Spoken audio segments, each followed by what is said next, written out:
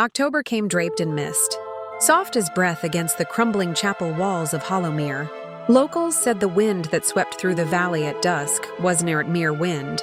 It was her sigh, her unspoken vow, her love that refused to die. They spoke her name only in whispers. Elara, the bride who vanished on the eve of her wedding, her gown left hanging by the altar, untouched by time.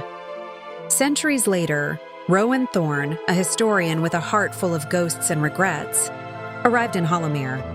He didn't believe in the tales until he heard the chapel's door creak open on its own, and a faint scent of wild jasmine brushed past him, a flower long extinct in the region.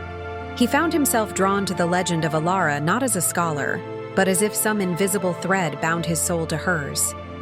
Night after night, he returned to the ruins. The bell above the chapel, rusted and broken, began to toll whenever he arrived. And one October evening, as moonlight bled silver through the stained glass, she appeared, fragile, glowing faintly as if born from the mist itself. Her eyes held centuries of waiting. "You came back," she whispered, her voice a trembling melody that carried both sorrow and relief. Rowan's heart clenched. He didn't understand, yet every part of him did. He had dreamt of her face before. He had loved her once, before death had stolen her away.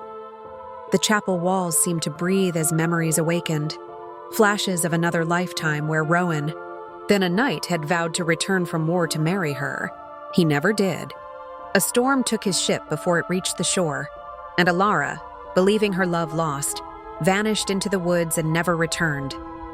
Now, centuries later, love had found its way back to finish what fate had undone. But she could not stay. The air grew colder. Her light began to fade. "Promise me," she said, "that you'll live this time. Don't let love become a ghost you chase." Tears burned his eyes as she pressed her hand to his chest, warm, fleeting, real. "In every October wind," she whispered, "I'll be the voice that reminds you to love while you can." When dawn came, the ruin stood silent once more.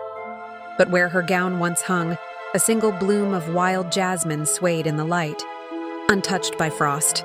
Life lesson, love, when left unspoken or unfinished, becomes a haunting that follows through lifetimes. Speak your heart while it still beats, because even eternal vows crave to be heard in the silence of now.